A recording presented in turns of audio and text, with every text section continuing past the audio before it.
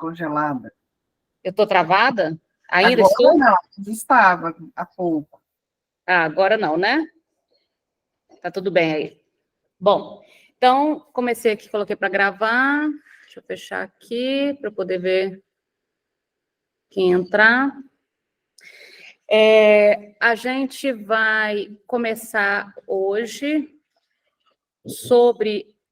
Vou começar e terminar, na verdade, porque a gente vai finalizar esse texto do Maleval hoje.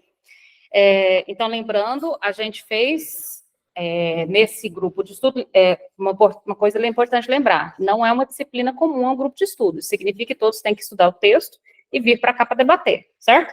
Então, a gente vai tentar já se organizar com mais antecedência, até para em janeiro todo mundo já ter lido o texto com maior antecedência possível, sempre para debater. Hoje a gente vai para o último tópico desse capítulo do Maleval, do capítulo 3, que é o grande outro de síntese, e o objetivo, então, é que a gente retome a estrutura da borda, mais esse último conceito do grande outro de síntese hoje. Então, a gente tem essas duas tarefas, certo? Então, vamos lá tentar ver se a gente dá conta dessas duas tarefas. Para poder fazer uma pequena retomada, a gente não ficar muito perdida, voltem na página 216. A gente vai retomar um pedacinho da 216, um pedacinho da 219, para começar aí o grande outro de síntese na 223. Então, na 216, o último parágrafo, o Maleval fala assim: o autista prefere se apoiar em imagens mentais para pensar e distanciar, só para entrar aqui. O autista prefere se apoiar em imagens mentais para pensar, a fim de distanciar os signos sonoros transmitidos pela inquietante enunciação do outro, de modo que ele dá preferência às encarnações icônicas e estruturais do signo. Essa é uma das razões pelas quais a aquisição da compreensão da linguagem frequentemente se opera para eles passando pelo escrito. Então, veja, por que a gente tem que considerar a possibilidade, no caso de autismo, de outras vias de acessar a linguagem que não exatamente a mesma via e a mesma sequência das crianças neurotípicas? As crianças neurotípicas, elas dão a comunicação primeiro pela via da imitação verbal, porque elas aceitam essas trocas pulsionais que incluem a voz, o olhar e etc. Se a criança autista ela recusa essas trocas pulsionais, é de se esperar que a linguagem entre por outras vias. Consegue entender? Então, às vezes, a linguagem regularmente começa mais tarde do que a criança neurotípica, e além de começar mais tarde, vez por outra, mesmo mais avançado na infância e adolescência, alguns entram pela escrita mais do que necessariamente pela vocalização. Então, se a gente fica apostando muito na vocalização, pode ser que a gente crie um estresse completamente desnecessário com a criança, porque, no final das contas, a gente está impondo o nosso modo de entrar na linguagem a alguém que tem outro modo de entrar na linguagem. E quem é que vai dizer que o nosso modo de entrar na linguagem é o modo correto? Digo nosso, supondo aqui uma sala de neurotípicos, tá? Mas, na verdade, tem a menor ideia. Mas, assim, quem diz que o modo neurótico, que serve como padrão, que serve como eixo de pensamento, é o modo correto? Supondo que não existe um modo exatamente correto, é necessário que a gente pense nas outras possibilidades de acessar a linguagem. Então, esse é um ponto importante. Se o autista prefere se apoiar em imagens mentais para pensar, o que significa que talvez os signos por imagem, por exemplo, desenhos, personagens ou sons que se repetem, signos por imagem não é só a imagem desenhada no papel. Signo por imagem pode ser, por exemplo, a voz do Mickey Mouse, que é a mesma voz, por exemplo, a voz daquele bonequinho Paul, que fica repetindo sempre na mesma entonação. Então, a imagem tem a ver mais com uma certa fixação, uma certa rigidez da imagem ou do som, tá? Então, não é imagem, necessariamente imagem visual. Mas essa imagem mental, ou seja, um certo som que se repete, uma certa imagem que se repete, é bastante comum que o sujeito autista se apoie mais nessa ideia dessa escritura enrijecida. Passem para a página 219, a gente tem um outro ponto. Essa imagem enrijecida, vocês vão escutá-la, por exemplo, na ecolalia.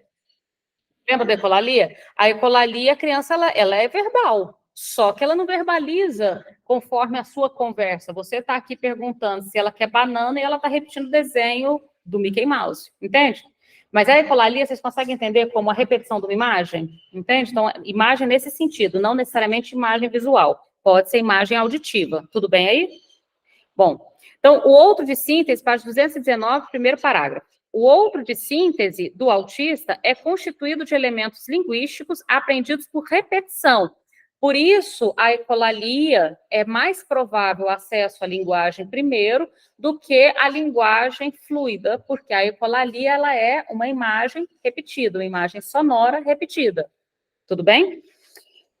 Pulem a mais ou menos 10 linhas nesse mesmo parágrafo. O autista se interessa comumente por signos escritos ou desenhados, ou esses sons que se repetem, acrescentem isso, porque são objetos tranquilizadores, que permitem certa saída da solidão sem defrontar a presença do grande outro. Então, não significa, portanto, que o autista, ele, ao escolher se isolar, ao escolher uma certa solidão, essa solidão não traz um sofrimento.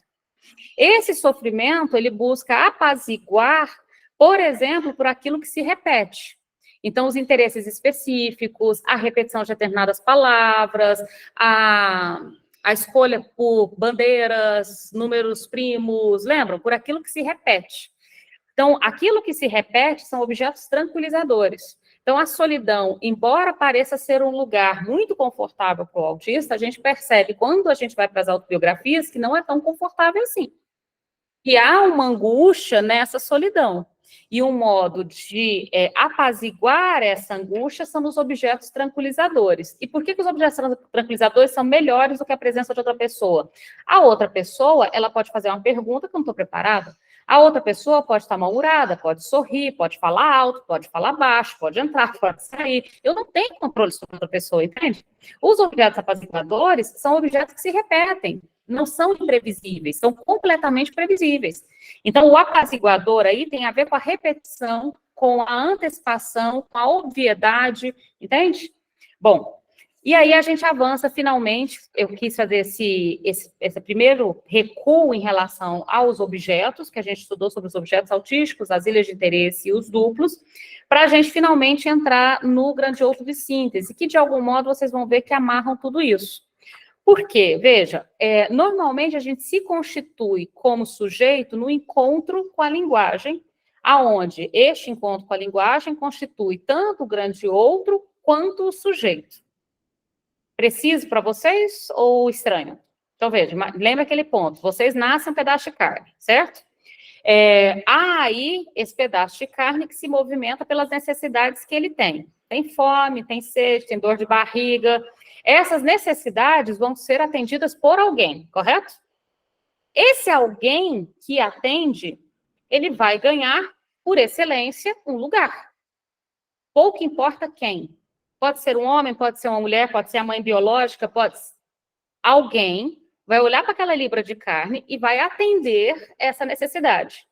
Ao tomar para si isso, eu vou cuidar deste neném que chora, eu vou cuidar dessa fome, eu vou cuidar dessa frase.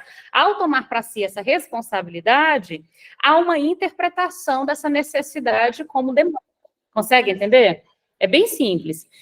Alguém que olha para o neném fala, ele quer mamar. Ou seja, aquele choro é interpretado pela primeira vez. Isso que a gente chama de atravessamento da linguagem. Veja que não é nada metafísico, não é nada abstrato, é muito objetivo.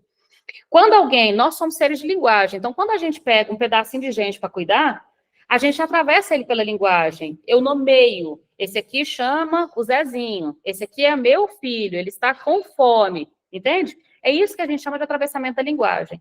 Então, num determinado momento, uma libra de carne é atravessada pela linguagem. Neste momento, formam dois personagens importantes nesse gráfico. Formam o sujeito, a libra de carne, ela se antecipa como sujeito, há uma antecipação de sujeito, ainda não é o sujeito, mas uma antecipação do que virá a ser um sujeito, e forma o grande outro. O primeiro grande outro, que a gente chama de grande outro primordial, que a gente carinhosamente chama de mãe. Lembrando que tem nada a ver com ser mulher, certo? É quem ocupa esta função.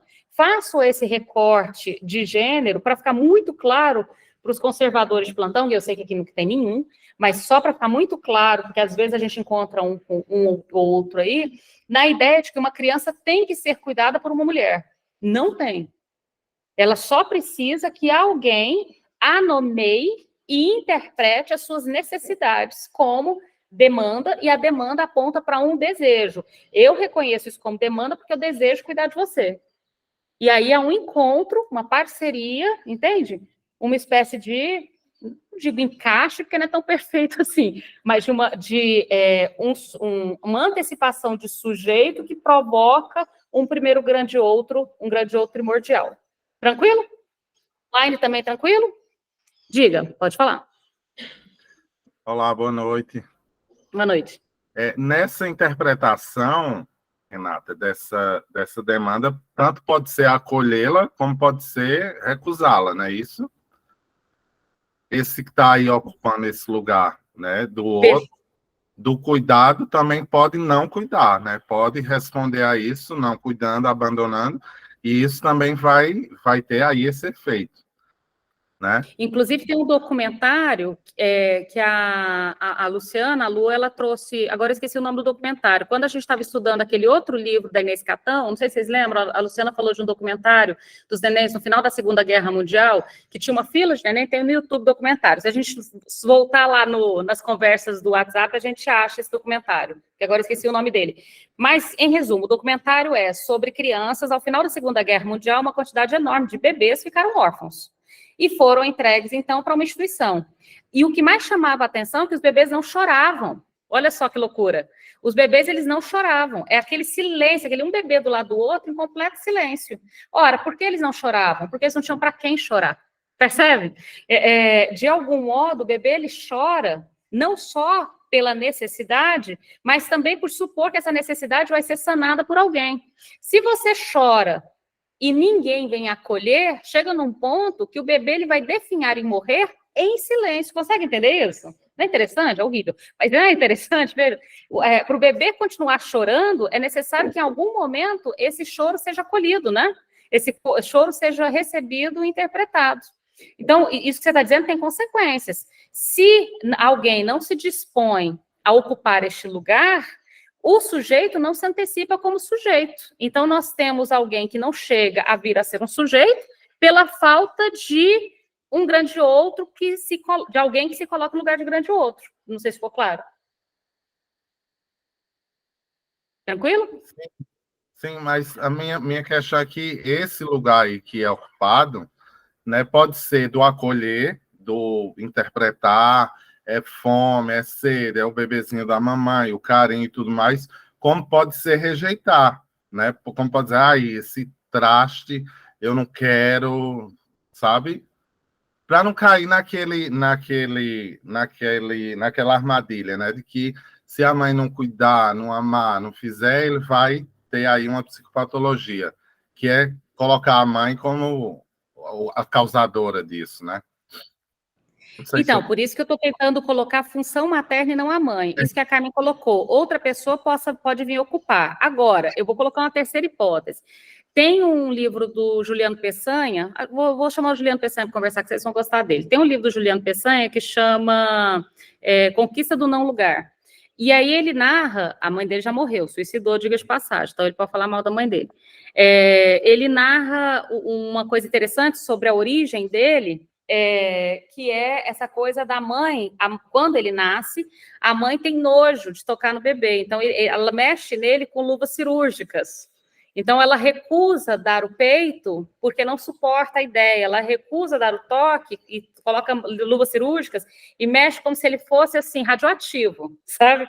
E é óbvio que ele não tem lembranças disso, só que ele cresce com ela contando essa história. Logo, é como se ele tivesse a nítida lembrança disso, entende? Porque se ela tivesse feito e não contasse, ele nem ia saber. Mas não, ela cresce e diz, você destruiu a minha vida, você destruiu o meu corpo, eu tinha um corpo lindo antes de você nascer, eu tinha um seio maravilhoso, você destruiu o meu seio, eu tinha nojo. Ele cresce com ela apontando cada mínimo insuportável dessa maternidade que ela se viu obrigada a pegar. Eu diria que é até pior, porque ela não deixa que ninguém pegue esse lugar, mas ela pega para poder recusar. E aí eu acho que é uma terceira via da gente pensar. Então, tem várias possibilidades.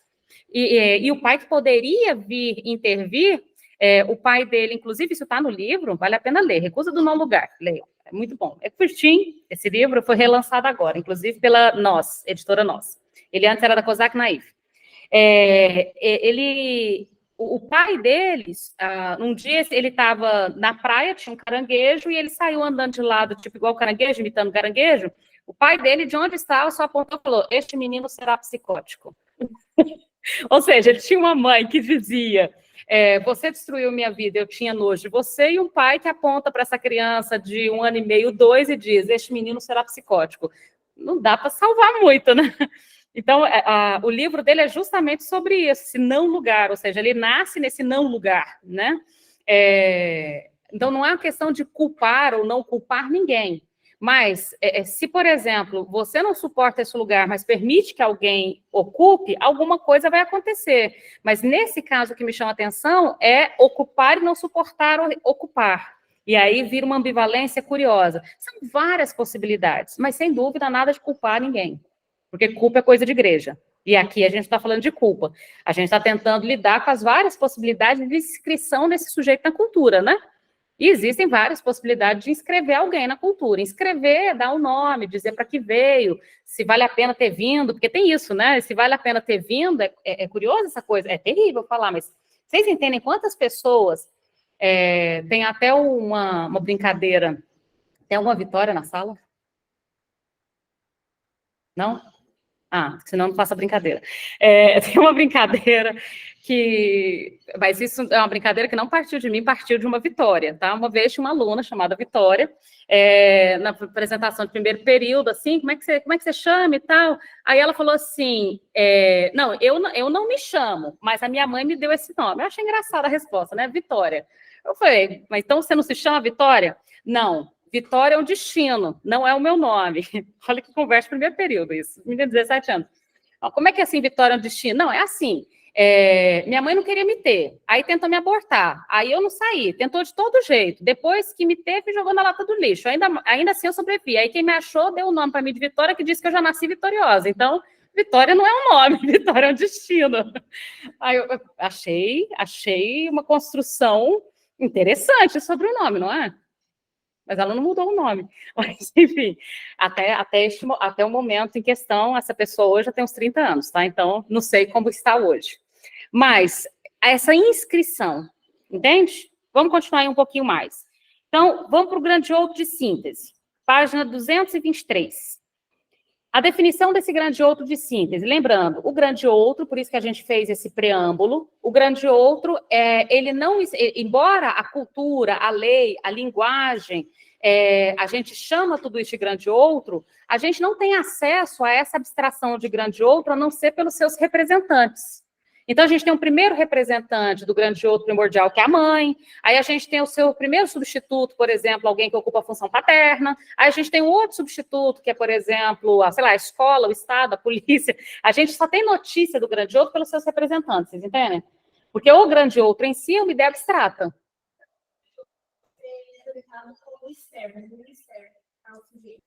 Sobretudo, aquilo que atravessa o sujeito pela via da linguagem e te insere num certo código. Código do idioma que você fala, da cultura onde você nasce, de um certo olhar sobre o teu gênero. Porque vem um pacotão. Não sei se vocês entendem esse pacotão, assim. A gente não é só português que a gente recebe, é um pacotão junto com esse português, entende? É esse pacote de inscrições.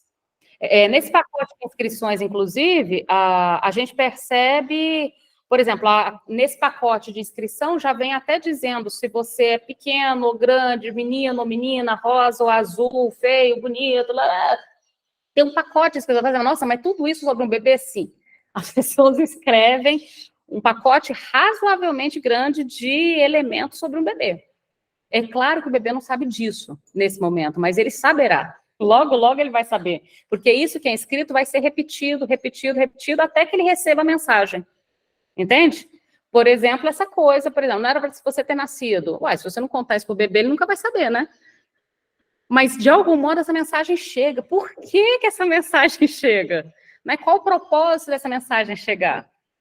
e as mensagens chegam, né? E por que a mensagem chega, qual mensagem chega, isso nos diz sobre o grande outro. Então, o grande outro, ele é aquilo que te inscreve num certo código. E diga. Eu tenho muita dificuldade em entender essa questão de ter vários grandes outros, né? Ainda bem que tem vários. Sim. Pessoas que fosse só um, aí é psicótico. O grande outro maciço, absoluto. A Beatriz está perguntando por que vários grandes outros. O grande outro se duplica. Então, ele começa grande outro primordial, que é o grande outro materno, mas o grande outro se duplica. Se o grande outro não se duplicasse, esse sujeito ficaria completamente submetida a esse grande outro primordial. É justamente porque o grande outro se duplica, entende? Duplica, triplica, quadruplica, né? Que ele se multiplica, é que a libra de carne que se anteciparia como sujeito não fica completamente submetida e fusionada, sobretudo fusionada, a esse primeiro grande outro. Então, é fundamental que ele se duplique, porque aí recebem outras mensagens, outras relações, outras possibilidades que vão se abrindo, né? Então, voltando ao 223. Como encontrar fixidez no simbólico? Como lutar contra o sentido, a fuga do sentido? Como manter o mundo numa ordem imutável? Essas perguntas não param de ser apresentadas ao sujeito autista. Então, por que é tão difícil encontrar uma fixidez no simbólico? Ora, é só vocês pararem de pensar, manga de comer, manga da camisa. Uma mesma palavra, dependendo do contexto que eu digo, ela tem um sentido sexual, violento, de amizade, certo? Ou seja, o simbólico, a última coisa que ele tem é uma imutabilidade. Ele é extremamente mutável. Tanto que a gente tem o não dito, o mal entendido, os lapsos e tudo mais. Então, fazer-se criador dos signos linguísticos, 223, novos, pode constituir uma maneira de controlar o sentido deles, que é o que Funes Memorioso faz. Então, ele não vai mais chamar cachorro de cachorro, ele vai chamar o cachorro das 2h53 de lápis. Não sei se você lembra disso. Ou seja, criar um código linguístico que me seja próprio é um modo de eu controlar o sentido desse código linguístico. Então, não nos estranhe que, vez por outra, essas crianças tenham um apreço, e a gente utiliza isso, por exemplo, por poesia. Manuel de Barros, para criança autista, é uma maravilha, porque ele trabalha muito com sons, entende? Com uma certa formulação de um código linguístico novo. Saltem para o final desse parágrafo, penúltima linha. Esses métodos têm inicialmente a finalidade de trancafiar o simbólico num campo circunscrito. Então, essa ideia de eu criar um signo linguístico próprio, a fim de torná-lo perfeitamente controlável. Então, essa é a ambição. A ambição é controlar. A ambição é controlar um código linguístico. A ambição aqui é controlar um certo acontecimento das coisas. Tudo bem? Pulem para a página 225, por favor. Último parágrafo. Muitos clínicos descreveram a propensão dos autistas para a aquisição de vastos repertórios de conhecimentos inúteis. Inúteis está entre aspas, porque quem chama de inútil é justamente os clínicos que supõem que só é útil aquilo que tem uma função específica. Então, por exemplo, se eu pego o carrinho e uso como carrinho, vrum, vrum, vrum, eu tenho um uso adequado ao carrinho. Se eu pego o carrinho, viro de bandinha para cima e fico rodando a rodinha, eu estou dando uso inadequado ao carrinho. Mas quem decidiu que é adequado ou inadequado? Se a gente não começar a questionar essa coisa da adequação, a gente acaba tentando consertar a criança, entende? E a gente acaba não conseguindo acessá-la. Então, por exemplo, e se a gente supor que virar o carrinho de barriga para cima para girar as rodas é um outro uso para o carrinho, e não necessariamente um uso inadequado do carrinho? De fato, não é o uso que está estabelecido no código. No código, o carrinho é para fazer vrum, vrum, vrum. Mas, quando a criança vira o carrinho de barriga para cima e gira, escutem nisso a tentativa de criar um código próprio. Lembra que a gente estava falando que a ambição aqui do autista é criar um signo linguístico novo? Virar o carrinho de bandinha para cima e ficar girando como se ele fosse o spinner, ou seja, dar o estatuto de spinner a um carrinho, pode ser a construção de um código linguístico novo? Deu para entender a lógica? Então, ao invés de eu tentar consertar, eu tento participar desse novo código linguístico. Eu também pego o meu carrinho e eu também faço esse movimento. Então, em vez de esperar que ele me repita, que tal eu repeti-lo para participar desse novo código linguístico, do qual ele se sente mais confortável, porque ele que criou, portanto, ele controla, e no qual, portanto, ele talvez me aceite entrar. Deu para entender? Se estiver confuso, vocês falam. Então, 225, voltamos. Os clínicos descreveram, não nós, ninguém nessa sala vai descrever assim, como inútil. Já entenderam que não é inútil. Nada é inútil para psicanálise. Psicanálise gosta de resto, dejeto, aquilo que não serve para nada, o que é esquecido. Essa é a nossa praia. Psicanálise gosta de lixo, de resto. Então, não é inútil. Para a gente, isso é precioso, certo? Então, continuando. Muitos clínicos descreveram a propensão dos autistas para a aquisição de vastos repertórios de conhecimentos inúteis. São geralmente estigmatizados sob alcunhas de estereotipias. Então, para que serve isso aqui? Engraçado, né? Se eu pegar um leque e fazer isso aqui, não é uma estereotipia, porque é útil, não é inútil.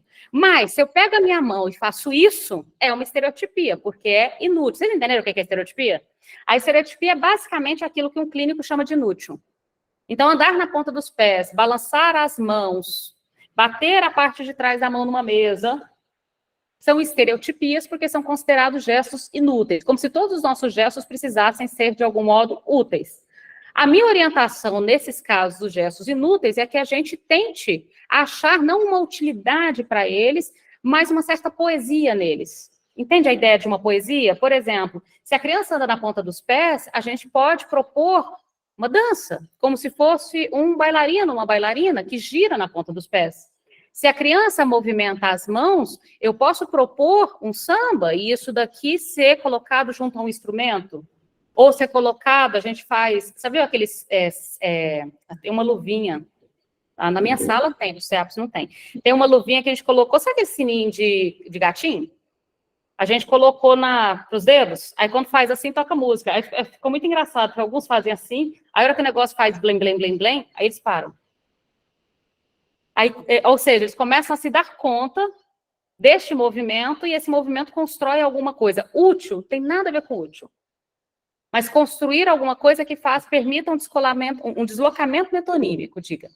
Isso não é intenção de fazer isso na intenção dela deixar você entrar.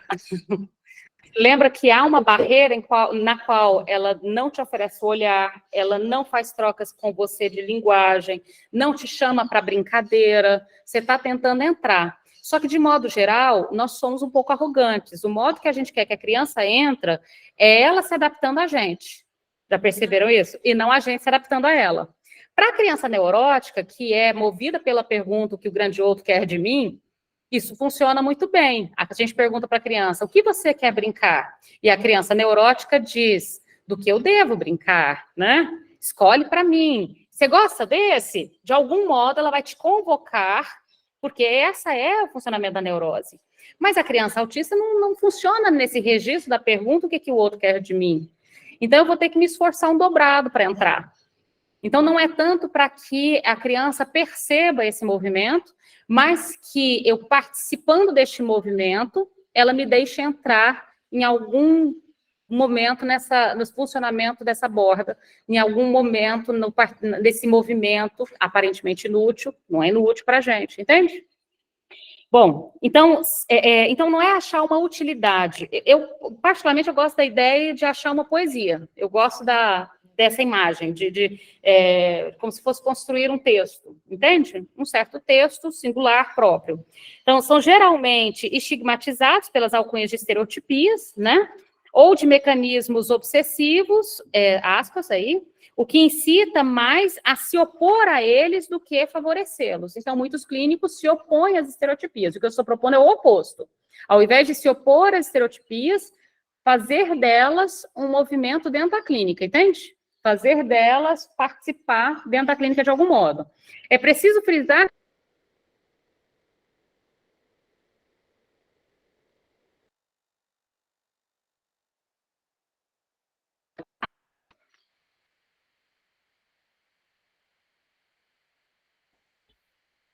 Voltou?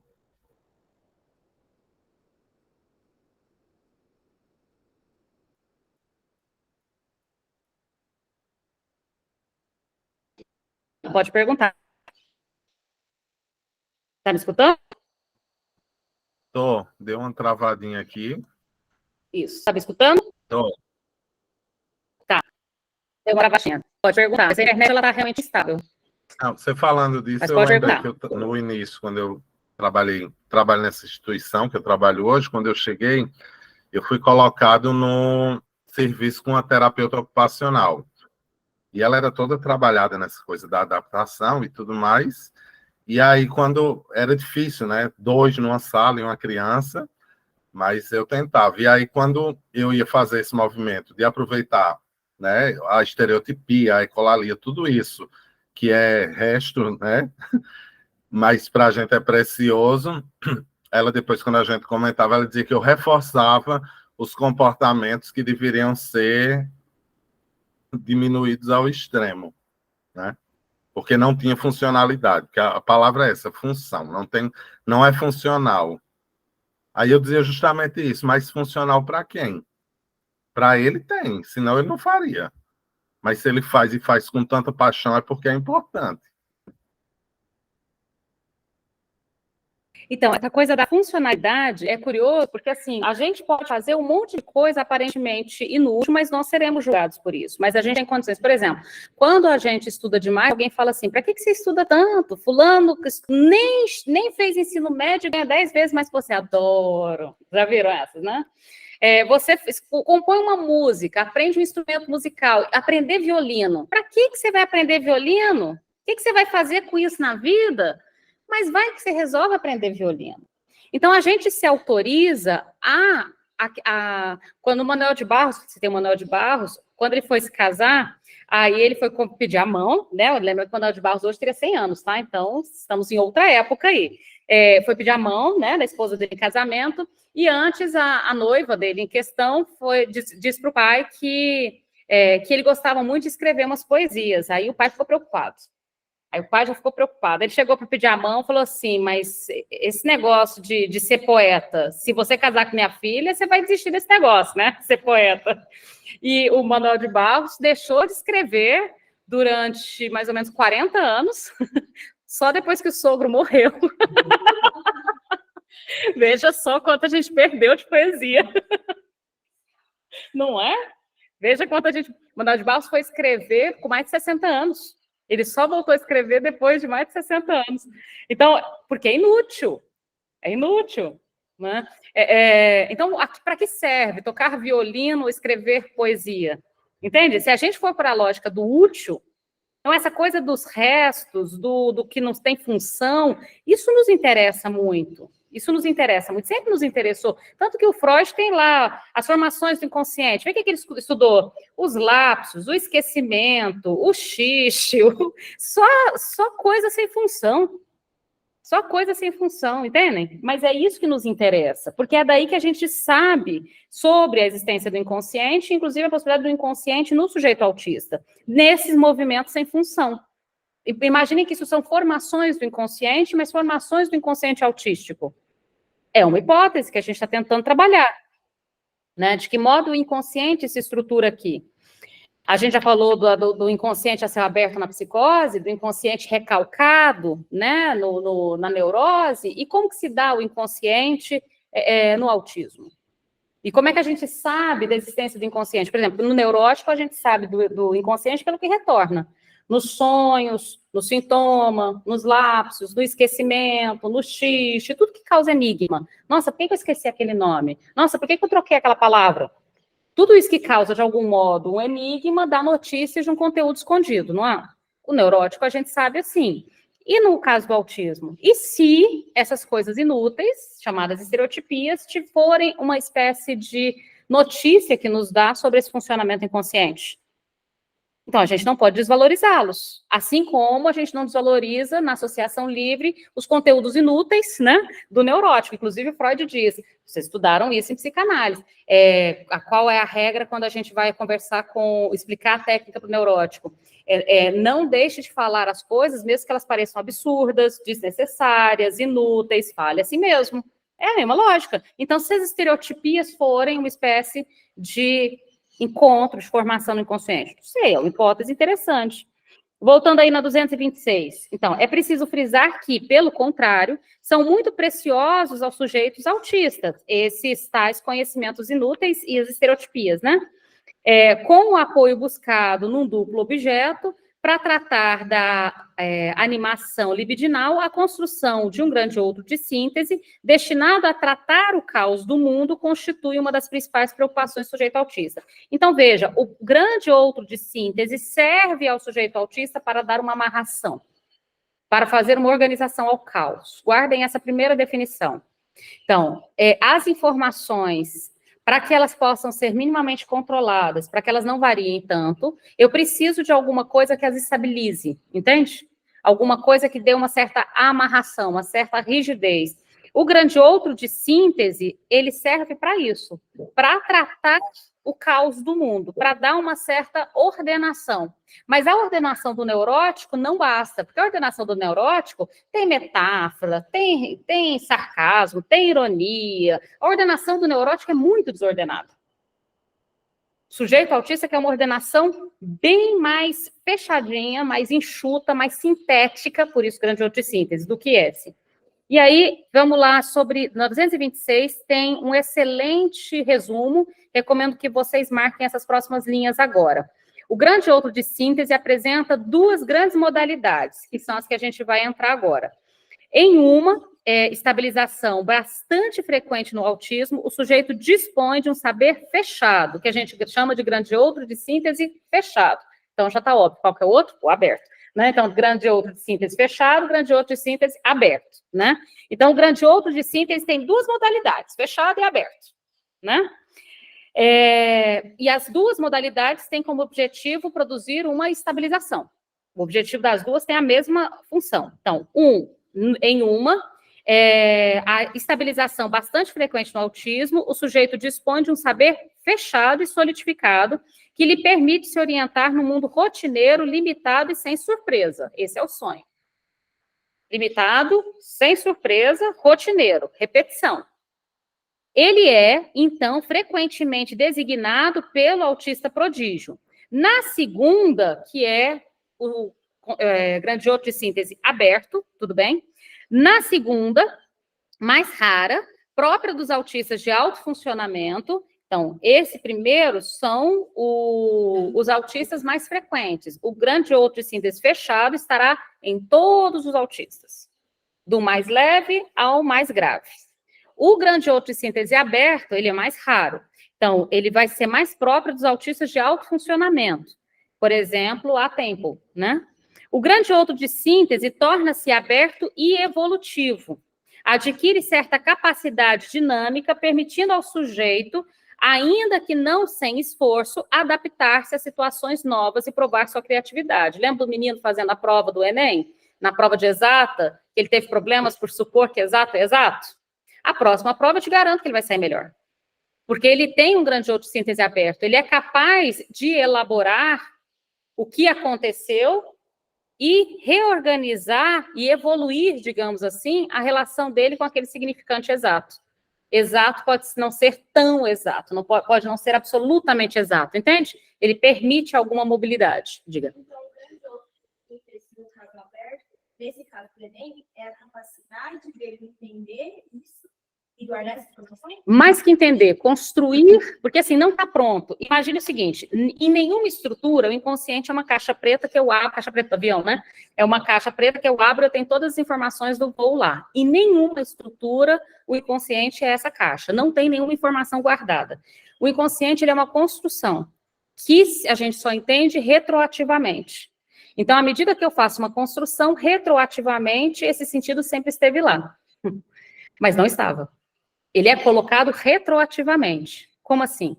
Então, veja, quando, em análise, essa criança, esse adolescente, no caso, faz uma construção, né, de que ele saiu melhor em humanas por aceitar que humanas é variável, saiu pior em exatas, a qual ele domina por não suportar que exato não é exato, isso criou uma espécie de questão. Diante dessa questão, alguém que gosta de resolver problemas vai tentar, então, construir uma certa equação, uma certa solução para esse problema. Quando ele constrói de que talvez é necessário, mesmo na área de exata, algo não tão exato, isso cria, então, uma coisa que não estava lá até então. Até então, exato era exato. Exato era exato. E se ele só tivesse à disposição dele o grande outro de síntese fechado, exato era exato, mesmo saindo mal na prova. E na próxima ele ia sair mal de novo. E exato, mesmo ele saindo mal na prova. E aí, neste caso, a gente teria que fazê-lo entrar por portador de... Ele teria direito à vaga. Vaga especial. Se ele tivesse o grande outro fechado, ele não construiria essa ideia. Não. A não ser que alguém falasse. Mesmo que você fale. Você fala parede. Você fala... Porque, assim, o que você... tem que lembrar que tudo que o sujeito ele não construi, mas isso na neurose também. Tudo que o sujeito ele não construir, não vai ser, de algum modo, incorporado. Não vai participar retroativamente desse conteúdo inconsciente. Por isso que eu digo que o inconsciente ele é por retroação. Eu digo não, Lacan diz. Se você ensina para ele, muito interessante essa aula que você deu, mas isso não significa nada para mim, consegue entender? Essa semana eu estava na situação de um paciente contar que a mãe, eles moravam em uma vila, e aí, tipo, a mãe falou assim, tal dia os cidadãos vão chegar e você não pode ir lá, porque eles roubam as crianças. E ela justamente foi lá porque ela queria ser roubada, porque ela amava viajar. E aí, tipo assim, isso, eu queria dar esse exemplo que você tinha dado, essa construção do autismo. E aí, outro exemplo que ela dá é sobre que ela era coroinha, e Deus paga e diz para ela que as crianças obedientes ficariam do lado direito do pai. E ela pergunta, mas para toda a vida eterna? E aí, Padre fala assim, eu falo assim, Deus me livre, quero ir para o inferno. Porque se eu tiver Pelo menos eu mexo mais, né? Se eu tiver que trabalhar no resto da minha vida, Deus... E aí, assim, eu fiquei pensando, como que poderia ser trabalhado isso? Porque parece que esses grandes jogos estão um pouco fechados. Então, por enquanto, a gente vai só tentar entender o que é esse grande outro. Depois a gente vai ver como a gente maneja isso. Mas, por enquanto, eu quero que vocês entendam essa diferença. Então, veja, o grande outro de síntese fechado, justamente porque ele ser fechado, ele é rotineiro, limitado e sem surpresas. Então, ele permite pouca modulação, pouca mudança. O grande outro de síntese aberto, ele torna-se aberto e, portanto, evolutivo. Por que ele é aberto? Porque ele recebe novas informações que permitem uma certa mudança daquilo que até então seria um grande outro fechado, se ele não permitisse essa evolução, essa mudança. Continuando aí, veja, adquire certa capacidade dinâmica, permitindo ao sujeito, ainda que não sem esforço, adaptar-se às novas situações e provar da criatividade. O primeiro, né, o grande outro de síntese fechado, coloca em ordem, no mundo solitário, e muito circunscrito. O segundo permite uma abertura para o laço social. Eles têm as mesmas funções, de modo que a passagem de um para o outro pode ser, e é regular que seja, gradual. Então, o que a gente tem, que a criança sem tratamento, de modo geral, todas, do nível mais leve ao mais grave, experimentam um grande outro de síntese fechado. O que a gente percebe é que, sobretudo com os autistas mais leves, que são os de alto funcionamento, a gente consegue fazer uma certa transição do grande outro de síntese fechado para aberto. Mas o aberto ele não surge do nada, ele advém do grande outro de síntese fechado. E como é que a gente tem notícia do grande outro de síntese fechado? Pelos interesses específicos. Então, aquilo que é rotineiro, limitado e sem surpresa. Então, qual desenho animado que assiste? Qual movimento estereotipado, pegando a palavra que a psiquiatria usa, ele tem? Que tipo de comida ele gosta? De que tipo de comida ele não suporta? Deu para entender? Eu vou tentando entender todo o rol mais amplo possível de saber sobre esse sujeito, para tentar fazer isso que é fechado, aberto. Eu vou dar um exemplo, que acho que talvez ajude. Bernadette? Não, é só lembrando que você deu aquele exemplo da mãe, que ele falou assim, bonito, né? É esse exemplo, né? Eu lembrei desse exemplo aí. Esse exemplo é de grande outro de síntese fechado, né? Bonito, né? Então, ele repete. Sim. E aí, e toda vez que ele falar bonito, né, ele repete. Exatamente, esse exemplo. Esse é um gradiente de síntese fechado. Então, é possível, veja, o gradiente de síntese fechado vir a ser um gradiente de síntese aberto. Mas o gradiente de síntese aberto não vai surgir do nada. Ele vai vir e evoluir e abrir com tratamento, na verdade, não tem muito outro jeito, do gradiente de síntese fechado. Avancem para 227. O gradiente de síntese fechado, solidificado, é constituído por um saber ordenado, bem controlado, mas que praticamente não é utilizado para fazer laço social. Ele mobiliza uma grande parte dos movimentos, dos investimentos do sujeito. Então, veja, por que ele não faz laço social? Porque para que eu mantenha ele fechado, para que eu mantenha ele, repetindo, para que eu mantenha ele limitado, eu gasto toda a energia, todo o tempo, toda a atenção neste movimento de mantê-lo fechado. Deu para entender? Então, ele não faz laço social porque eu gasto tudo que eu tenho, de tempo, energia, libido, tudo, no exercício de mantê-lo fechado. Tipo, de novo, Kunis memorioso se mantendo fechado num quarto escuro para diminuir a quantidade de referências na cabeça dele. Lembram disso? Então, o gradiente de síntese fechado, solidificado, ele não serve muito para fazer laço social, porque toda a energia gasta em mantê-lo fechado, em mantê-lo ali, certo? Diga. Pode ser o gradiente de síntese aberto em salas mais leves, né? Só que ele começa com fechado. Quando a criança chega para a gente, normalmente hoje em dia tem chegado cada vez mais cedo, ainda bem, porque a gente quer que as crianças cheguem de bebês, tá? A gente quer que chegue 6 meses, 7 meses, antes de 1 ano de idade. Por exemplo, os gêmeos que a gente estava falando na semana passada, na supervisão. A pediatra encaminhou para a avaliação aos 6 meses, mas os pais foram buscar tratamento com 2 anos. 1 ano e 8, mas o encaminhamento foi 6 meses. Não sei se foi encaminhado, mas tá lá, carta não. Está no cartão de vacinação, né, para avaliação. Então, assim, se tivesse seguido o que está no cartão, talvez a gente teria até melhor, embora eles estão evoluindo muito. Muito. Mas a gente poderia ter resultados ainda melhor se eles tivessem vindo com 6 meses, entende?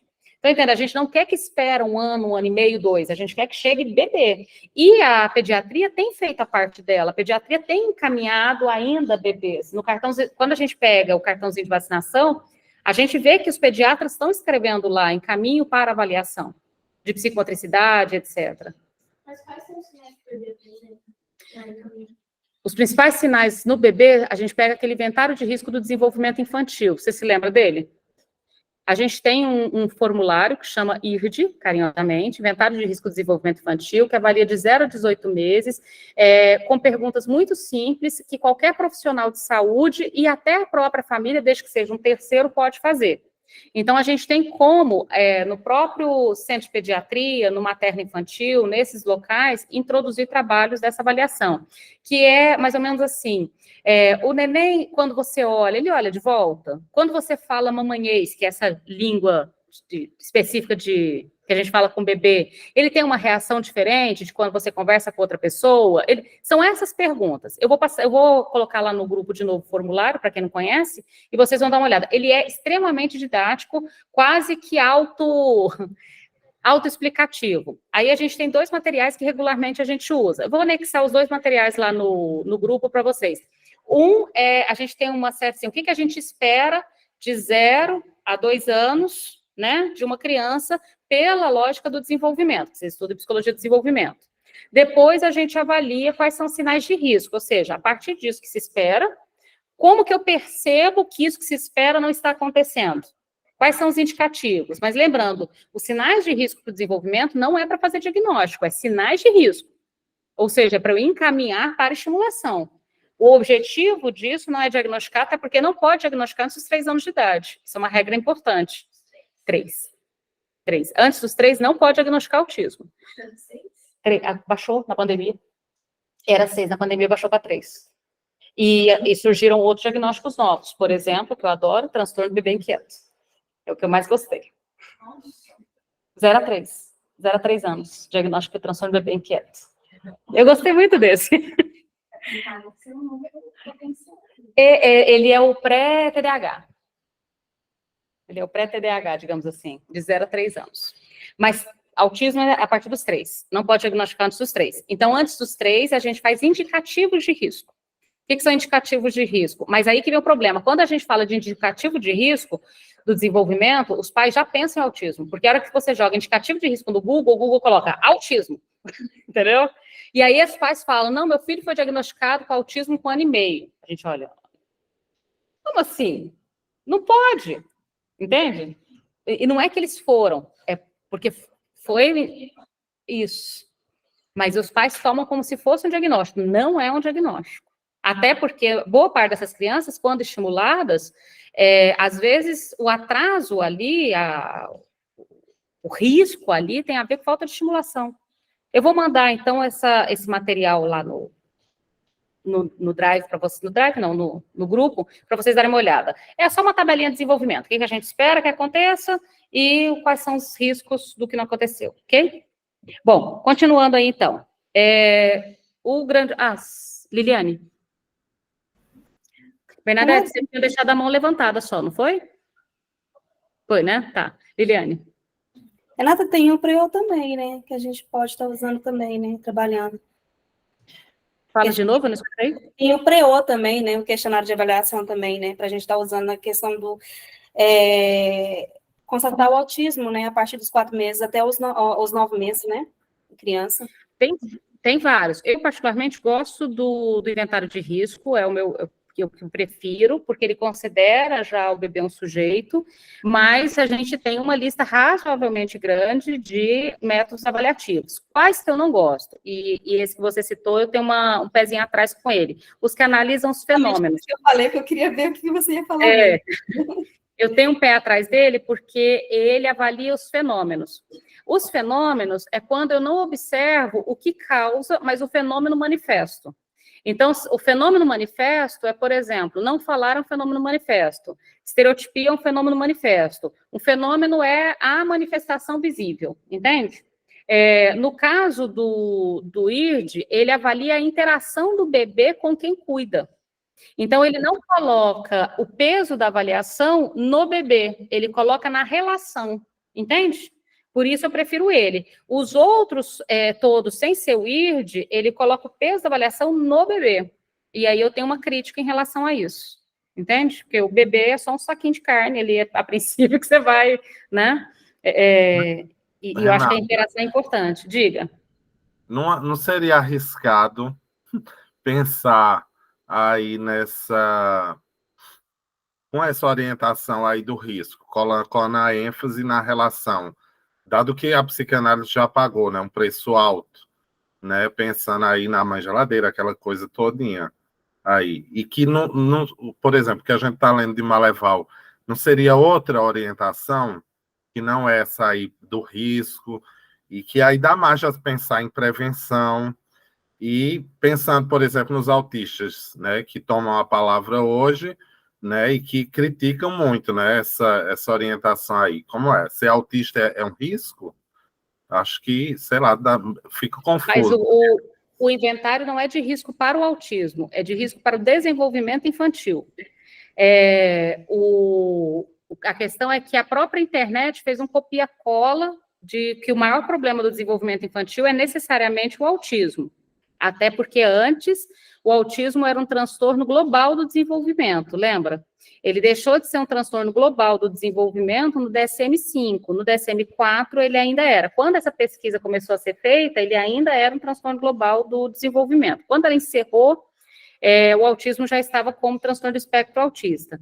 Agora, o autismo ele não é um risco em si, mas a gente pode pensar que determinadas intervenções podem diminuir o agravamento do quadro, o agravamento de determinados quadros, não do quadro do autismo, mas, por exemplo, desse abismo que pode haver entre esse sujeito e quem cuida. Agora, por que não acho que é o mesmo risco da época da mãe geladeira e etc? Porque ninguém está falando de culpa ou responsabilidade, e sim da interação. Nós só existimos da interação, essa é a premissa. O ser humano é um ser que existe na interação com o mundo. E quem vem a ocupar, quem, no plural, venha a ocupar de algum modo esse material de interação. Então, eu não acho que cai no mesmo lugar de modo algum, porque, na verdade, assim, o que é o sujeito humano sem interação? Um pedaço de carne. Mas de certa forma, não teria aí um modelo de interação que caberia para que esse sujeito não se desenvolvesse assim, assado, sabe? Para mim fica sempre essa questão. Volta, não é a mesma coisa, claro, obviamente, mas tem um que aí de, então a interação tem que ser assim, tem que ser assado para que se tenha um desenvolvimento melhor esperado ou coisa do tipo. Porque se a gente pensa em estrutura, né, como entra aí o desenvolvimento? Sabe? É um negócio que sempre fica, eu sempre fico... Mas tem algo que se espera. Quando a gente fala de não fazer um manual fechado, não significa que não tenha nada que se espere. Então, por exemplo, a própria entrada da linguagem é algo que se espera. A questão é como essa linguagem vai se apresentar, mas sempre tem algo que se espera. Quando, por exemplo, a psicanálise, ela não trabalha com a ideia de desenvolvimento ou de cronologia, ela trabalha com a ideia de sujeito atemporal. Mas não significa com isso também que, inclusive, o próprio Lacan cita Piaget 2 vezes na obra dele, né? E as teorias de desenvolvimento do Piaget, e cita de um modo elogioso, diga-se de passagem, né? Então, não se trata de dizer que essas teorias não têm a sua importância, elas têm a sua importância, elas dão um modelo, a questão é não tomá-los como modelo fechado e determinante, mas como uma espécie de referência. Agora, não ter referência alguma, não existe, é impossível, nós sempre teremos alguma referência, algum referencial, isso não é exatamente um problema. Não sei se ajudou ou piorou, mas isso não é exatamente um problema. Mas tem uma certa referência, que para que esse pedacinho de carne que nasceu entre na linguagem, é necessário que alguém ofereça sobre esse pedaço de carne uma nomeação, um olhar, um desejo, uma nomeação, um cuidado e assim por diante. Este modelo, ele existe. Nós esperamos. Até porque o ser humano, ele nasce, frase do Lacan, prematuro. Isso significa que, diferente da girafinha, que assim, já nasce caindo, né? De quantos andares? A girafinha, ela já nasce caindo ali de um prédio. E poucos minutos depois já tem que sair andando, porque as girafas foram embora, e se ela não for atrás, ela fica para trás. O ser humano, ele nasce prematuro. Quanto tempo o ser humano vai conseguir sustentar esse corpo por si só? Então, o ser humano, ele tem essa especificidade de que ele sustenta o corpo pela linguagem, diferente da girafa, né, que sustenta com as pernas. A gente sustenta com a linguagem. Então, sim, tem uma certa expectativa, alguma, não determinada, não absoluta, mas tem alguma sim, tem um modelo. No caso do IRD também vai muito da posição daquele sujeito, daquele bebê, frente àquela relação, daquele lado. Frente àquela relação, e a cada avaliação, boa observação, e cada avaliação é singular, porque é aquele bebê com aquela cuidadora. Então, se for aquele mesmo cuidador com outro bebê, já é outro cuidador e outro bebê, já é outra avaliação. Entende? Porque como é a relação, a avaliação é sempre singular. Nenhuma das partes se repetem. Bom, estou preocupada aqui com o tempo, eu vou dar um salto, não se assustem com o salto que eu vou dar, só para a gente retomar, que eu queria retomar um ponto. Saltem para a página 234, para a gente fechar o grandioso de síntese fechado. Fechar o grandioso de síntese fechado, foi bem... Bom, 134, bem na metade aí do parágrafo, veja se vocês acham. O grande diodo de síntese fechado é compacto, solidificado, congelado em sua dinâmica. E para tudo isso, há um grande gasto energético para o sujeito se manter assim, tá? Gasta uma energia danada para não sair do lugar, viu? É só vocês pararem para pensar, já brincar de estátua, que você tem que ficar parado? É dificílimo. É difícil pra caramba não sair do lugar. Gasta-se uma energia danada para não sair do lugar. Então, o grande diodo de síntese fechado, é compacto, solidificado, congelado em sua dinâmica. Ele não está apto a apreender as emoções do sujeito, ainda que por vezes possa ecoá-las e possa ser utilizado para satisfações solitárias. A carência da função do significante unário faz do autista um sujeito ligado a um grande outro de síntese protetor, cujos signos estão todos disponíveis a ele, sem que nenhum recalque intervenha, graças aos quais se operam ordenações pacificadoras. Então, ele vai ao mundo com esse código fechado, e a interação com o mundo não mexe nesse código. Ele continua indo ao mundo com esse código fechado, mesmo que o mundo responda de um modo não tão satisfatório, mas ele continua indo ao mundo com esse código fechado. Tudo bem? Porque são ordenações pacificadoras. Para fechar agora, o grande outro de síntese aberto, 235. O fechado ele é bem simples. O aberto.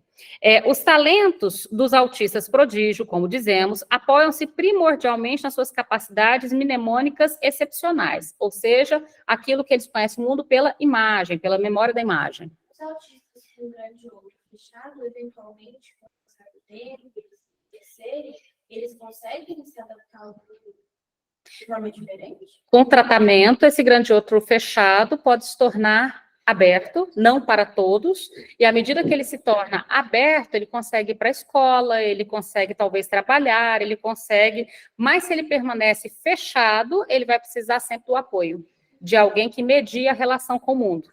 Então, como é que a gente sabe se essa pessoa vai precisar de mais apoio ou menos apoio? Se esse grande outro fechado se torna aberto, ele precisa de menos apoio, porque ele consegue ir ao mundo se adaptando às exigências do mundo. Se ele tem um código muito fechado, ele precisa de um apoio que traduza. Entende? Porque ele usa o mesmo código fechado. O apoio para todas as pessoas, todas as circunstâncias. Quem faz apoio sabe ler esse código fechado e meio que faz uma tradução, uma ponte, uma mediação desse código fechado com o mundo. Então, quanto mais fechado, mais apoio esse sujeito vai precisar na relação com o mundo, quanto mais aberto, menos apoio, até nenhum apoio, porque ele já consegue traduzir e modificar conforme as condições. Entende? Por exemplo, esse código fechado seria aquele caderninho que tem vários símbolos, e aí às vezes você se comunica com ele. Isso, a gente usa aquilo. Uhum. A gente pegava, tinha que mostrar o café, mostrava... Isso aí, todo mundo, a mãe dele explicou, então todo mundo... Isso, perfeito, ótimo exemplo. Esse é um código, esse é um grande outro fechado. Essas cartinhas que a gente utiliza. Porque assim, a gente precisa criar algum código de comunicação. Quando a gente mostrava, ele entendia não. Exatamente. Então, a gente anda, por exemplo, com um chaveirinho, igual esse aqui de chave, que a gente coloca as fichinhas, uma fichinha para escovar o dente, uma para comer, deu para entender? Isso. Tem o quadro, o chaveirinho é para carregar por aí, né? Porque ele tem que carregar esse código por aí, né? E aí, se ele está com sede, entendeu? Ele acha a cartinha água. Ele está com vontade no banheiro. Esse código é um código de síntese fechado, ótima observação, percebe? Então, só que, e se as pessoas ao redor não estiverem preparadas para compreender esse código? Então, ele acaba precisando de alguém que traduza esse código por ele, que é o que a mãe fez. Então, meio que você senta e fala assim, ó, este é o código que ele utiliza no mundo.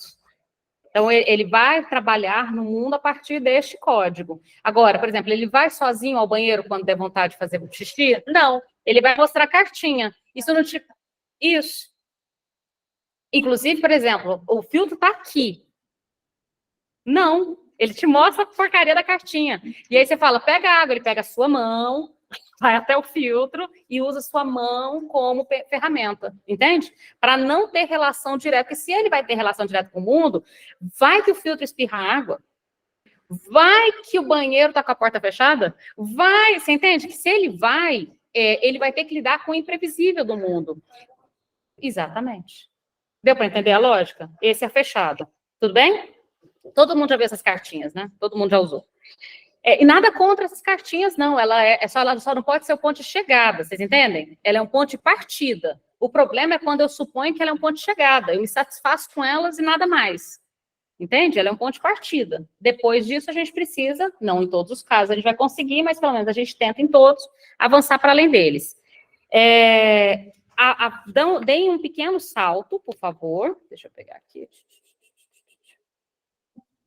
Para a página 248. É que eu peguei alguns pontos que eu acho que sintetizam bem, tá? Então, página 248, último parágrafo. Os signos que formam o grande outro de síntese do autista não são as letras que constituem o inconsciente freudiano. Lembra que a gente está falando, a gente está tentando entender aí o inconsciente freudiano por excelência é neurótico, tá? É uma das teses mais fortes de Lacan, fazer dessas últimas o análogo a um germe. Ao situá-las no litoral entre o gozo e o saber, concebe-as como uma marca, como uma marca que permite acolher o gozo. Elas só se apoiam numa perda e de uma experiência primordial de gozo, de modo que se caracterizam por desenhar a borda do furo no saber, e não têm função de representação. Os signos não têm as mesmas propriedades. A perda simbólica lhe é estranha, permanecem atrelados ao referente. Então, cadeira permanece atrelado ao referente, cadeira. Aí você oferece uma cadeira de 3 pernas, não bate com o referente, ele não vai sentar naquela cadeira.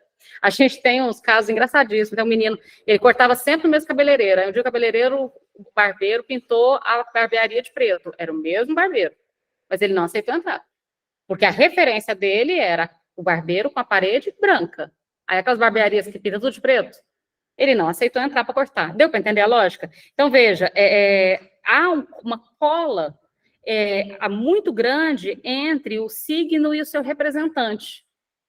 E aí, quando há uma mudança entre o signo e o representante, isso causa um certo desconforto. Mas não significa que é um desconforto que não vai ser superado de modo algum. Causa um certo desconforto, uma certa...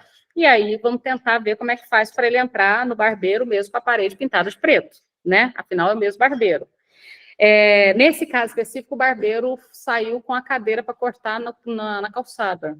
Um barbeiro fabuloso, diga de passagem. Inclusive, esse barbeiro, eu tenho 2 histórias dele, porque é onde meu marido corta cabelo. Aí teve um dia que uma outra criança autista estava cortando, e ele dá uma sorte, e o menino só aceitava cortar o cabelo, naquele meio, perto da represa. Já viram aquele barbearia na beira do lago?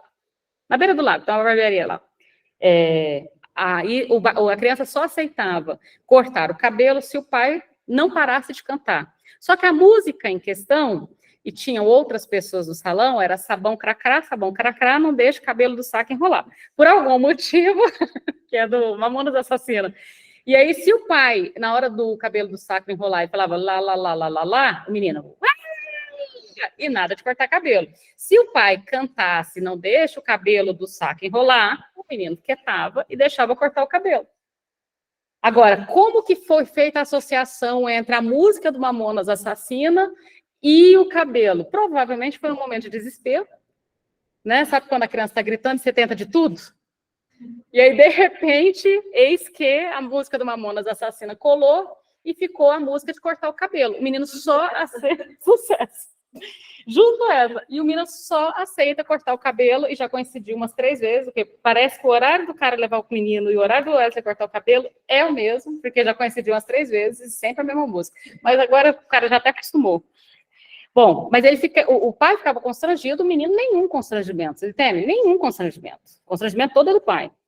Bom, então os signos não têm as mesmas propriedades. A perda simbólica lhes é estranha, permanecem atrelados ao referente. Então a música de cortar o cabelo, entende? A cor da parede Enfim, não teríamos como duvidar quando Grande descreve os signos icônicos com os quais ela pensa. Ou ainda, quando se estarrece com o fato de que a memória musical formidável de tal autista tropece sempre no mesmo erro inerente à primeira audição. Ou mesmo quando o erro ortográfico é sempre reproduzido pelo sujeito, porque o presente, no primeiro texto que a palavra foi encontrada. Deu para entender? Então, a criança encontrou essa palavra pela primeira vez escrita com erro. Daqui 5 anos, ela repete aquela palavra com o mesmo erro ortográfico, como se tivesse fixado a imagem daquela palavra, como se aquela palavra fosse a forma da palavra. E é difícil consertar esses erros, se é que é erro, né? Qualquer signo, seja sonoro, quer escritural, ele permanece por muito tempo manifestadamente correlato a uma determinada experiência. O grande outro de síntese do autista é constituído por signos compactos, eles próprios frequentemente agrupados em articulações rígidas. Não estão em condições de cifrar o gozo, chegam quando muito a enquadrá-los, o que todos os autistas sublinham, portanto, para quanto a linguagem e a vida emocional permanecem para eles separadas. Esse é o ponto que eu queria interromper aqui desse grande de outro de síntese, né, e sobretudo aí de síntese aberto. Então, o grande outro de síntese aberto, ele é aberto porque ele dá abertura para a socialização. Ele dá abertura para a socialização, permite uma certa modificação no código a partir do que o meio exige. Então, o meio exige uma certa modificação e há uma abertura para essa modificação. Não uma grande abertura, mas uma certa abertura, né? Eu coloquei aqui, deixa eu colocar aqui, deixa eu projetar, não é esse, é o outro. Um pequeno esquema, só para a gente resumir, mesmo tendo pouco tempo, mas...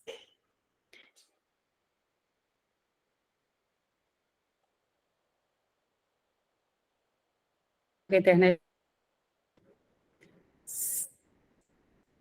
Agora que compartilhou, vocês viram? Ixi, Maria. Estão vendo? A internet está bem ruinzinha hoje. Todo mundo está vendo, né? Então, veja, para vocês vão fazer assim, nesse grande outro na borda autística, eu quero voltar agora rapidamente um pequeno resumo, coloquei um ao lado do outro, para que a gente tenha só uma noção global do que a gente viu nesse capítulo. Então, esse capítulo ele é composto por os 3 elementos da borda autística, que é o duplo enunciação artificial, os objetos autísticos complexos e as ilhas de competência. A definição do duplo. O duplo, com efeito, impõe-se para o autista como uma estrutura privilegiada para sair da sua solidão, tranquilizante, por conformidade com ele próprio e apta a receber um gozo delimitado no qual ele pode se apoiar. Então, o duplo, ele permite que o sujeito autista possa sair da sua solidão, mas ele pode sair da sua solidão a partir do duplo, porque o duplo não lhe compromete. O duplo não te exige nada, e ele que escolheu o duplo, isso é muito importante. Segunda definição, o duplo está no real, mas pode fazer separação com o grande outro. Ele é um objeto familiar, controlado, considerado amigo, íntimo do mundo do autista, do qual o sujeito autista vale de bom grado para tratar o gozo pulsional. Então, há, de algum modo, quando o sujeito autista vai ao mundo, alguma possibilidade de se haver com este mundo, afinal, esse mundo é calor, é frio, ele invade, mesmo você tentando manter uma borda separando você do mundo, o mundo vai te incomodar de algum modo. Vai para a escola e tem barulho de menino, tem calor, tem isso, tem aquilo. Então, o duplo, queira ou não queira, por ser um objeto familiar e controlado, amigo, íntimo, do mundo do autista, ele permite que o autista suporte essa relação com o mundo a partir desse duplo, que pode ser, a gente já conversou, vocês lembram que o duplo eram as marionetes, lembram? O duplo também, um cachorro, o Mickey Mouse, pode ser uma pessoa também, tá? Terceira definição, o duplo como suporte de uma enunciação artificial por intermédio de um objeto, de um amigo imaginário ou de um semelhante, constitui como uma das defesas características do autista. Trata-se de um modo de falar ausentando-se, por exemplo, as marionetes. Então, quem fala não era a dona Williams, mas as suas marionetes, a Carol e Willy. Carol e Willy. As marionetes falavam, e as marionetes encarnavam, inclusive, manifestações diferentes. Uma era doce, a outra marionete era agressiva, o Willy era agressivo, Carol era doce. Então, ela se ausenta para se proteger desse grande outro invasivo, que olha, que julga, que critica, que, enfim, constitui uma certa defesa em que ela permite, então, através desse amigo imaginário, ou, por exemplo, das marionetes, estar ausentando-se e estar lá ao mesmo tempo. Bom, por que o duplo é importante para o autista? Porque o duplo assume a responsabilidade, desvia o gozo, e isso deixa o autista mais à vontade, ou seja, desresponsabilizado. Antes de passar para a pergunta, eu vi que levantou a mão, só voltar aqui rapidinho, só para dar um contorno. Os objetos autísticos. Eu queria que vocês percebessem o quanto, quando a gente coloca um ao lado do outro, eles são semelhantes. Porque, na verdade, é a mesma borda, são 3 elementos da mesma borda. Então, não estranhem que vocês possam até ter uma certa confusão entre um e outro. Eles não são conceitos absolutamente separados, porque são 3 elementos que compõem a borda. A borda autística é só uma só. Então, é óbvio que eles se encontram. Eles se encontram... deixa eu sair daqui. Eles não só se encontram, como ao se encontrar... Cadê o bichinho? Deixa eu só fechar aqui, senão eu não consigo nem ver o negocinho lá. Ao se encontrar, eles têm muita semelhança um com o outro. Então, vamos lá. Os objetos autísticos. Os objetos podem ser tanto simples quanto complexos, duros ou maleáveis, podem ter movimento com dinâmica própria, por exemplo, o ventilador, ele tem dinâmica própria, né? Ou pode ser animados pelo próprio sujeito, por exemplo, eu pegar uma fitinha e ficar balançando, ele não tem dinâmica própria, eu estou dando movimento, né? E duros ou maleáveis, duro, por exemplo, um lápis, e maleável a tal fitinha que eu acabei de falar, né? Então, basicamente, tudo pode virar objeto. Os objetos que captam a atenção do sujeito e, por isso, o sujeito procura integrar esses objetos a si. Como assim que eu procuro integrar esses objetos a si? Às vezes, literalmente, enfiando no nariz, boca e ouvido, tá? De vez em quando acha-se ali um bonequinho no estômago, um feijão na orelha, diga. Tem uma criança que eu acompanho, ela é autista, e aí ela é, tipo assim, doida por saquinho, embalagem, sabe? Então, às vezes ela abre alguma coisa que está fechada, lacrada ainda, coloca em outro lugar. Ela quer só o saquinho. Mas ela não faz nada, ela só dobra e guarda, né? Isso, mas a gente tem relatos, por exemplo, de algumas que vão tentar incorporar essa embalagem, por exemplo, comendo. Entende? Então, a questão é, todas vão fazer isso? Não, ela pode incorporar de vários modos. Ela pode incorporar colocando dentro da roupa, ela pode incorporar guardando na gaveta, ela pode incorporar ingerindo, ela pode incorporar, mas você vê que há uma necessidade de incorporar de algum modo para si. Por exemplo, isso, ela nem esperou o objeto em questão ser utilizado para poder ter a embalagem, ela se desfaz da coisa para poder ter a embalagem, ou seja, a embalagem. Pode deixar o lixo perto dela, se não revira o lixo inteiro. Para pegar o saco, exatamente. Entende o que é se incorporar? Ter para si, não basta o saco de lixo estar lá, ele tem que vir comigo. Diga. Aquela menina que é atendida aqui, que ela gosta muito de passar baba nas coisas, é uma forma também de incorporar, Às vezes, botar nela, Mas ainda bem ela diminuiu as babas. Ela diminuiu bem as babas, porque as babas eram realmente Mas a baba, uma das interpretações que a gente deu foi exatamente essa. Você pensou na linha do que a gente pensou, de que, de algum modo, a baba incorporava. Então, ela gostava da estagiária, baba na estagiária.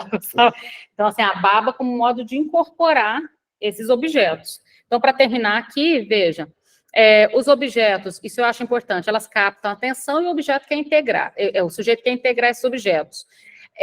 Isso a gente voltou lá atrás, lembra? O objeto autístico, ele é on-off, o objeto transicional, forte-dá do Freud, de jogar o carretel para debaixo do sofá e puxar de volta. O objeto transicional é do conceito do Winnicott, e o objeto transicional é, por excelência, um objeto neurótico. O objeto autístico, ele é on-off, ou seja, a criança tem o objeto, ela está ligada, ela está com o lápisinho aqui na mão, que é o objeto autístico dela, supondo, ela entra na sala de aula, ela entra no ônibus, ela consegue existir, você tira, ela desliga, ela não faz mais nada. Então, é como se o objeto autístico ligasse on-off de interruptor mesmo, liga e desliga o funcionamento dessa criança. Então, devemos manter os objetos autísticos no tratamento e não retirá-los, como alguns propõem. Sem o objeto não há grande outro. Privar o sujeito autista de seu objeto leva, com efeito, a um retraimento e não lhe deixa outra saída a não ser procurar um suporte de gozo nas suas próprias partes do corpo. A gente percebe que quando você tenta extrair o objeto autístico, ao invés de ele incorporar esse objeto autístico ao corpo, ele começa a atacar este corpo sem o objeto autístico. E aí ele se unha, ele se bate e assim por diante, entende? Porque bem que não vai restar outra coisa no seu próprio corpo. Então, retirar o objeto não foi uma boa ideia. O objeto autístico complexo, ele é construído. Permite, então, localizar a questão do gozo autístico, mas parece não abrir espaço para a falta no campo do grande outro. Então, preenche o sujeito de tal modo que não abre muito espaço. Então, o objeto autístico, ele é construído, pode ser construído, ele pode ser pego na natureza do jeito que está, o lápis do jeito que está, ele pode ser construído, por exemplo, o Brede da Temple, mas ele não dá muita abertura social, porque a relação com o objeto basta, entende? A Temple tinha lá a máquina de abraço dela, não precisava ser abraçada por ninguém.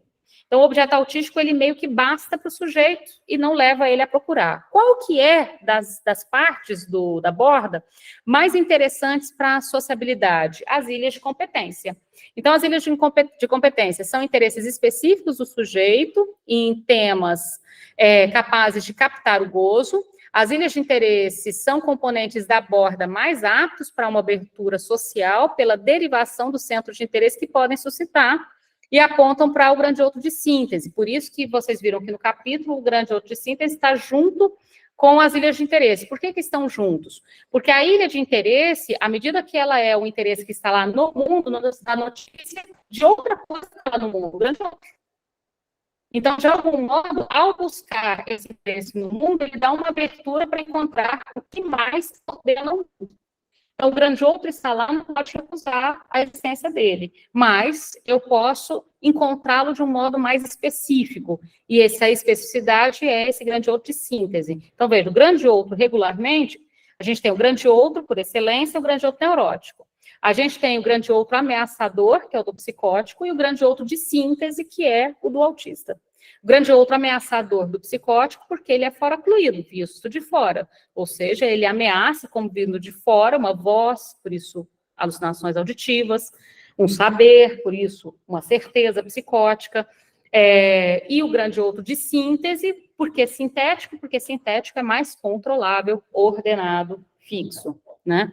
Então, características: não ter outras referências que não eles mesmos, não guardar múltiplos sentidos, serem elementos mais isolados, que fazem mais visíveis e interessantes, como, por exemplo, como a gente viu, números primos, mapas, bandeiras, eventos naturais, tipo furacão. As ilhas de competência são fontes de satisfação, porque constituem referenciais tranquilizadores, ordenam e apaziguam. E, por fim, os signos pré-ordenados são particularmente tranquilizadores para o autista. Em geral, ele aprende sem tanta resistência. Por exemplo, as cantigas, atirei o pau no gato, fica repetindo. Declamações poéticas também. Gosta, portanto, também de ordenações, por isso a gente usa, então, calendários, sequências, instruções, porque isso, os signos pré-ordenados, a antecipação, eu contar que alguma coisa vai acontecer antes de fazê-la, tudo isso diminui enormemente a possibilidade de crise. Então, por exemplo, no atendimento de saúde, o sujeito autista tem que fazer um raio-x na UPA. A primeira orientação que a gente dá é: gaste um certo tempo antecipando tudo. Utilize todos os recursos possíveis. Imagem, voz, texto, figura. A UPA está preparada para isso? Não. Então, o que regularmente eles fazem quando uma criança autista precisa de um raio-x na UPA? Seda. Agora, toda vez que você precisar fazer um tratamento de dente, tirar um raio-x, tudo que você precisar vai ter dados? Então, é necessário que os locais de saúde se adequem a terem recursos para isso. Aqui eu tinha colocado também sobre o grande outro de síntese, mas eu acho que já, que aqui, ó, fechado e aberto, eu coloquei só uma leve resumo. O grande outro de síntese fechado, estabilização bastante frequente no autismo. O sujeito dispõe de um saber fechado e solidificado que lhe permite orientar no mundo rotineiro, limitado e sem surpresa. Coloca em ordem no mundo solitário e circunscrito. Entendem por que circunscrito? Repetitivo, redondinho. Aberto. O grande outro de síntese torna-se aberto. Entendem que ele torna-se, ele vem do fechado, evolui para aberto. Aberto e evolutivo, permitindo ao sujeito adaptar-se a novas situações. Então, portanto, o grande outro de síntese aberto permite uma abertura para o laço social, tá certo? Então, um deriva do outro. Deixa eu tirar aqui para passar para a pergunta. Quem tinha levantado a mão? Eu queria terminar, por isso que eu não... Fui eu. Pode falar. Não, é só pontuar quando você falou aí do duplo, né?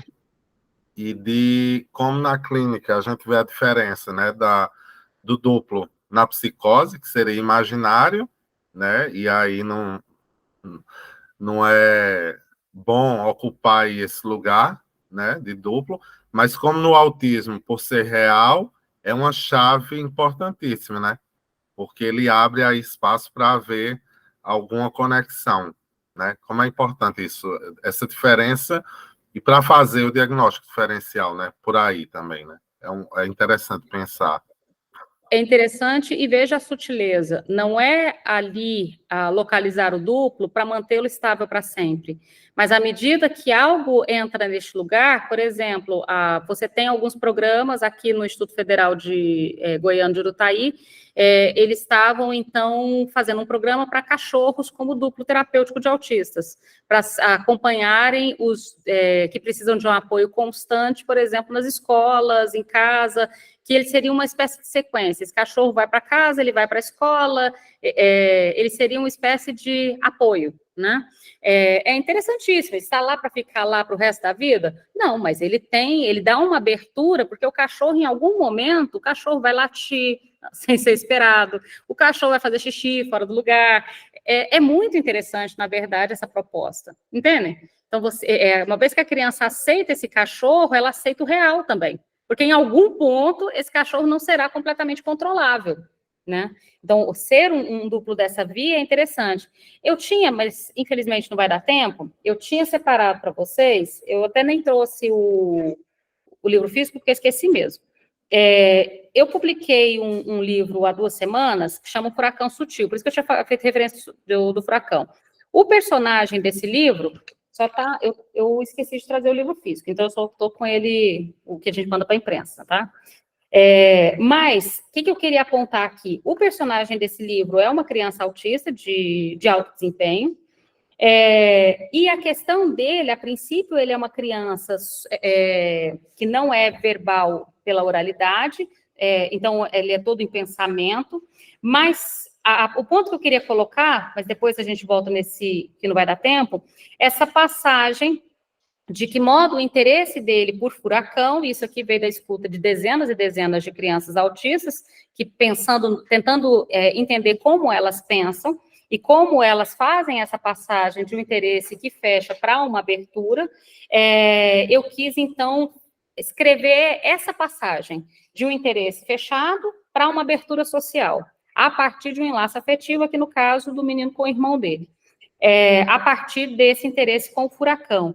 Então, não vai dar tempo agora, mas depois eu queria voltar neste ponto. O meu esforço aqui, vou mandar o link para vocês, para quem se interessar, o meu esforço aqui era de tentar mostrar como isso que eu estou tentando explicar teoricamente se dá no modo de funcionamento do que eu já assisti as crianças fazendo, a partir de um modelo, de um exemplo. Tudo bem? Vou colocar lá no grupo, aí quem se interessar, e depois, de qualquer forma, a gente conversa. Amanhã tem uma aula à noite, às 7, no Instagram do ESP, que é sobre transferência e resistência na clínica com crianças, e aí eu vou tentar utilizar melhor, mas também não vai dar tempo do jeito que eu quero, esse modelo a partir do livro. Quem puder, assiste lá, porque o nosso tempo hoje acabou. Outra coisa, agora entra recesso de Natal e Ano Novo. Nós voltamos no dia 15 somente, certo? Então, eu vou colocar lá na descrição, nosso próximo encontro teórico é dia 15 de janeiro. Bom Natal, bom Ano Novo para todo mundo que está online. Eu ainda vejo vocês na semana. Não, vejo ética quarta, psicanálise não, vocês eu vejo só ano que vem, certo? Tchau, boas festas. Boas festas. Boas festas. Boas festas, a gente volta dia 15. Tchau, tchau. Tchau. Diga. Esse grupo aí